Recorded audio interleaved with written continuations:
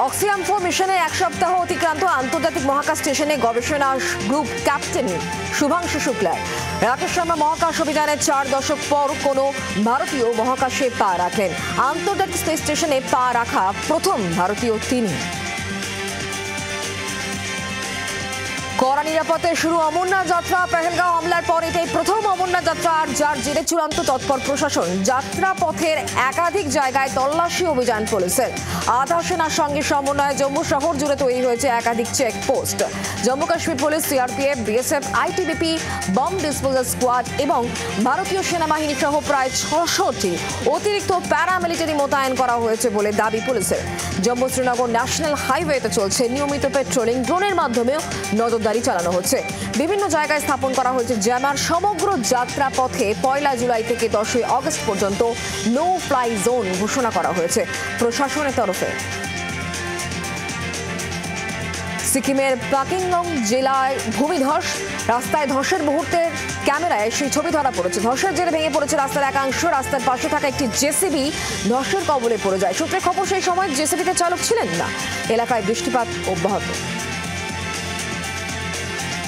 হিমাচলে বন্যায় ক্ষতিগ্রস্ত এলাকায় এনডিআরএফ এবং এসডিআরএফ মান্ডিতে 316 জনকে উদ্ধার করা হয়েছে বলে খবর পাওয়া যাচ্ছে। এখনো পর্যন্ত মোট 332 জনকে উদ্ধার করা হয়েছে। হিমাচলের মান্ডি জেলায় রাতভর ভারী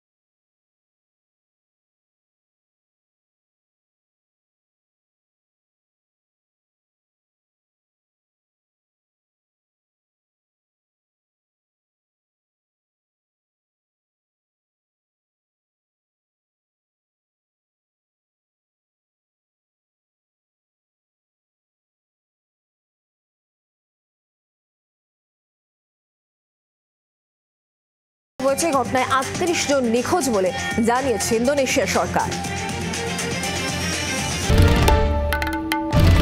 বাংলার আওয়াজ, বাঙালির আবেগ, জি 24 ঘন্টা।